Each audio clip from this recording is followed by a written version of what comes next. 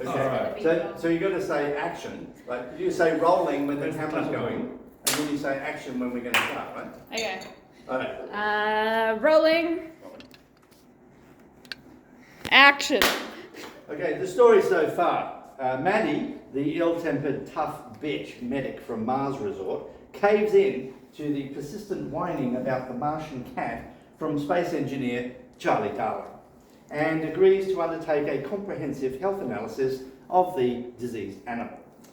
Mistaking the microwave oven for the Martian cat health analysis device, Charlie Darling accidentally nukes the Martian cat and then drops it on its head. Finally, once the analysis is complete, Rachel, the base computer with the voice of a 12-year-old girl, delivers the results and Maddie takes notes. So, The Martian Cat, Chapter 32, Martian Cat Health Analysis.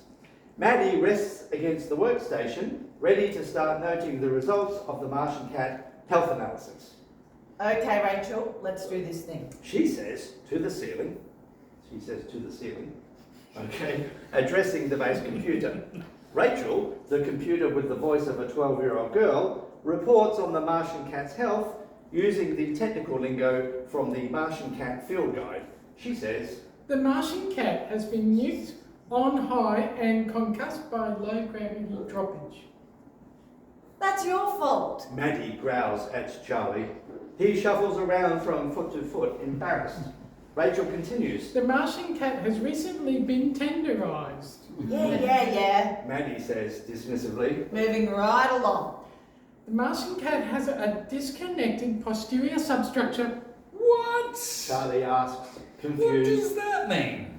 That means its tail fell off. Maddie tells him. Just concentrate. Keep going, Rachel. The Martian cat is largely incapable of acquiring acoustic data. The cat is deaf. Maddie says, marking the manual with her pen. The Martian cat has cataracts in both its eyes. The cat is blind. Like love. Sighs Charlie. No, Charlie. Maddie snaps. The Martian cat is not like love, unless love is a non-healing skin disease. Is that what you had in mind, mate? Not really, no. Charlie looks at the floor despondently. He's getting scorned again. So, how about you quit with the romantic poetry? It's not welcome on this planet. Rachel, continue.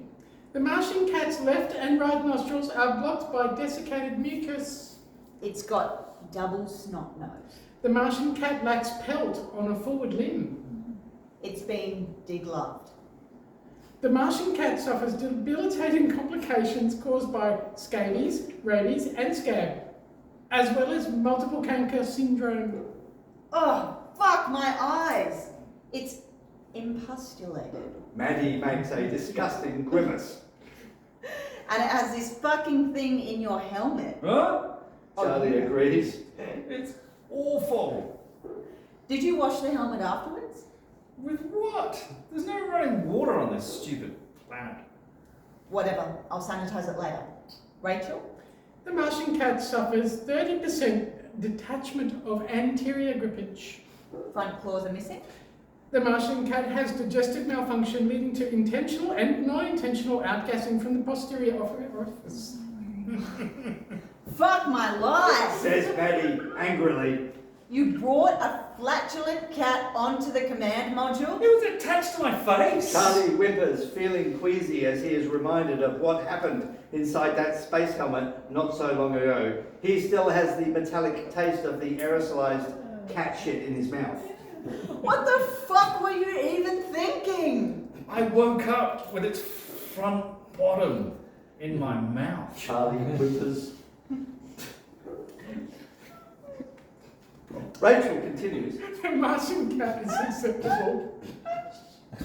The Martian cat is susceptible to imminent discruffage.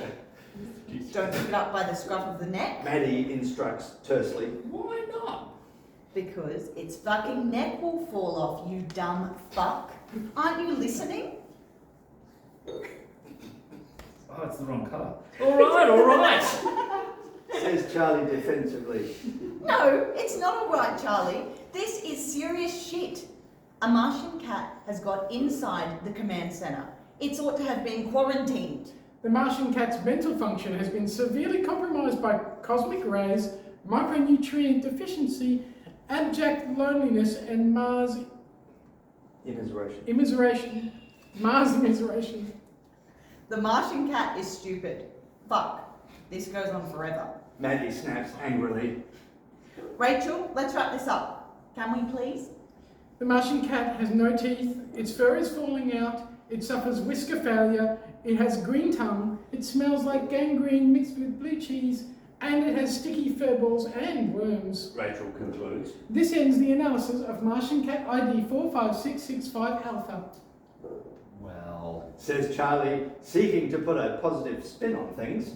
apart from all that, it's in pretty good shape, really. What? Maddie asks, astounded, looking up from her manual where she has completed her assessment. The cat is not in good shape at all. Its Martian cat classification is SSF, as I suspected. SSF? What does that even mean? It stands for stupid, skanky, and flatulent. That's the lowest grade of Martian cat there is. But we can't fix it, right? You can't fix SSF, Charlie. It's bone deep. That animal is going straight into the autoclave before it outglasses and completely fucks the air quality of the command centre.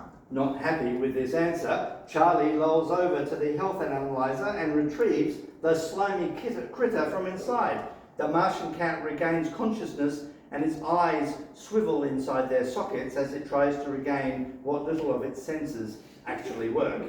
Charlie holds the diseased animal protectively against his chest and says firmly, No way! If you put the cat in the autoclave, you'll have to put me in there too.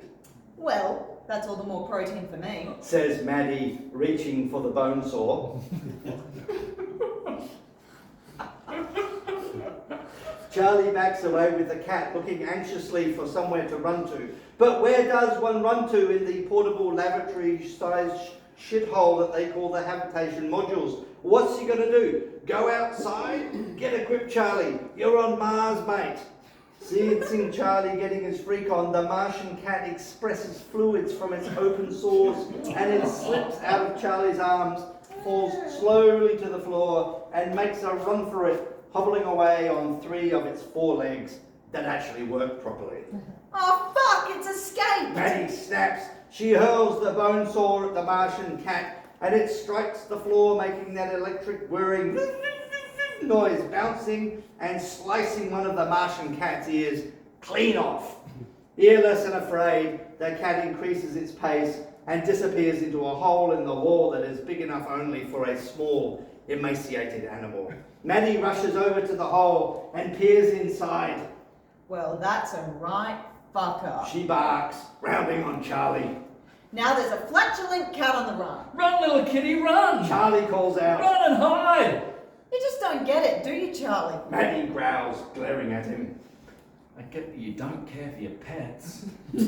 Charlie, I think that it's time that I gave you the Mars induction that you clearly didn't get back on Earth. She ushers him to take a seat and he sits, uncertain of what comes next.